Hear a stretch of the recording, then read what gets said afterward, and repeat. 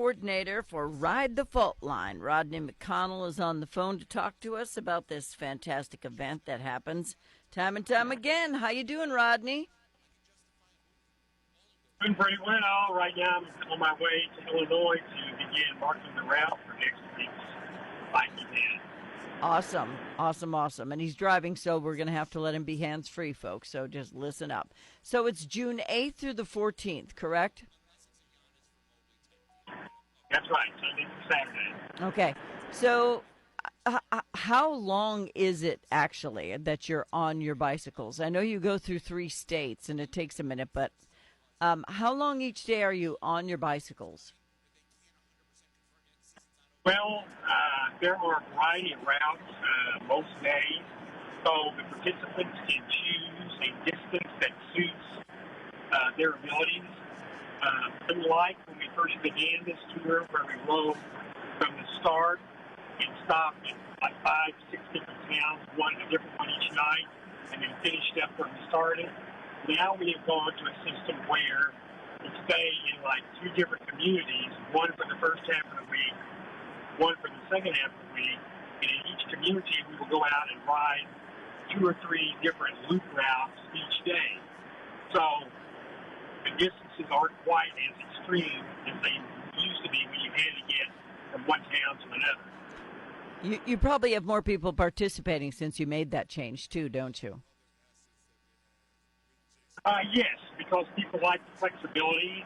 They like having their vehicle with them everywhere we go, so that they need to run an errand, or if it's a rainy day and they don't want to ride their bicycle to get to the next town. They can explore the area, go to the movie, go shopping, whatever they need to do. Mm-hmm. This is really cool. And I mean, people who like to ride bike as a sport, this is their Super Bowl. I have a friend who likes to ride in the mountains out in Malibu, and I'm like, you're crazy. How do you even get up the hill? I have to push my bike up a hill at a stoplight. I can't get up the hill. So y'all are in shape. A lot of people are. Most of them are. Of course, you may have heard now there is a new breakthrough called an e-bike, a battery-powered bicycle. Those are becoming more and more popular. I'd say we probably have maybe 20% of our participants this year will be on those. And they make a big difference if you've reached a point in your cycling career where maybe you don't have quite as much energy or stamina as you used to, but you still want to do the ride. Get yourself an e-bike, and it assists you the effort required, particularly, as you mentioned, if you have some hills to climb. Yeah, because I'm sure you do have some hills. There are going to be hills. I mean, there always are. Not everything's a perfectly flat ride. But, I mean, you are going through Illinois, Kentucky, and Tennessee, and I know it can be kind of hilly, so it's a thing.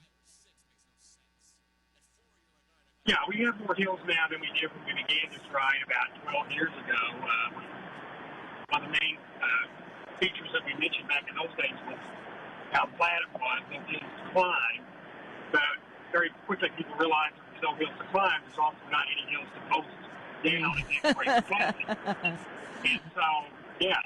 So this year is probably our hilliest Ride the Fault Line yet. Since we are in southern Illinois, there will be some days where they climb about 2,000 feet of elevation. And so an e-bike might come in handy, and so would being in shape. So is it too late to sign up? And how many people do you have so far who are going to be riding the Fault Line? We have right at 150. We're still trying to climb our way back from the pandemic years. We had to take 2 years off, COVID-19 situation. And before that, we had about 300 people here. So we're working our way back from that. And people can still sign up. Technically, registration closed last weekend. But, we can always work somebody else in. We have plenty of room. So somebody in your listening area was interested, they could go to ridethefault.com on the website, check it out, and then send us an email, tell us they would like to register, because the registration link, like I mentioned, is no longer active. If they contact us, they can send it later. Okay. All right. Well, it is the Midwest Cyclo-Touring Bicycle Tour Ride the Fault Line. Do the proceeds go to a certain spot, or is it just something when you register, the money goes to what? Well, this is not a charity event. I've been involved in some charity events in the past. Things they ride on Saturdays that we usually run and line stuff like it. This one is basically supplemental retirement income for myself and my staff, about 8 people. And so this is not a charity event. Awesome. Well, I mean, for me, that sounds like a good place to put it because people need to be able to retire at some point too. How long have you been doing this? Running the event since 2013, and then cycling on week-long tours probably since early 2000, about 20 years now. So I got to ask you. I mean, I've ridden bike a lot in my life, not so much in my older years. When I was a kid, I was always on my bike, and that bike seat was never comfortable, no matter what kind of bike seat I got. People make a mistake of thinking that they need a big, cushy seat, and if that would hurt, then they need to get one that's even bigger and cushier. And actually, the reverse is proving to be true. That's why you see experienced long-distance cyclists riding pretty skinny seat with not too much padding. The key is to get your sit bones, your posterior, conditioned to the seat a little at a time by starting out early in the spring. That way, when you get to your long-distance events in the summer, you're perfectly fine and it won't be an issue. It's just like being saddle sore when you ride a horse. It's kind of the same thing. You got to find what works and acclimate yourself to it. Well, the excitement's June 8th through the 14th. They're going to ride through Tennessee, Illinois, and Kentucky, and it's called Ride the Fault Line. Again, the registration line is closed, but you can still get a hold of Rodney to sign up if you need to. Can you tell him how to do that one more time, please?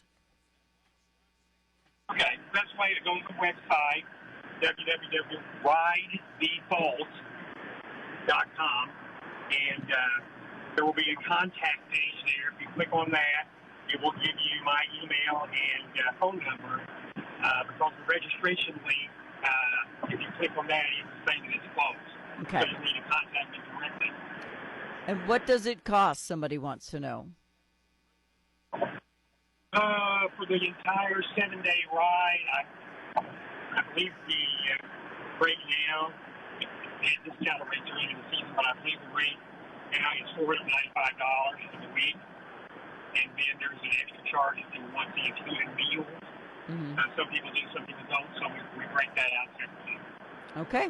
Rodney McConnell, he's the coordinator for Ride the Fault Line. You can still get in on it if you want to. The registration line is closed, but you can contact him yourself via email or by phone.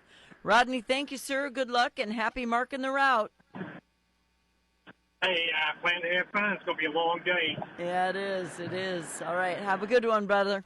All right, thanks. Okay. Bye-bye now.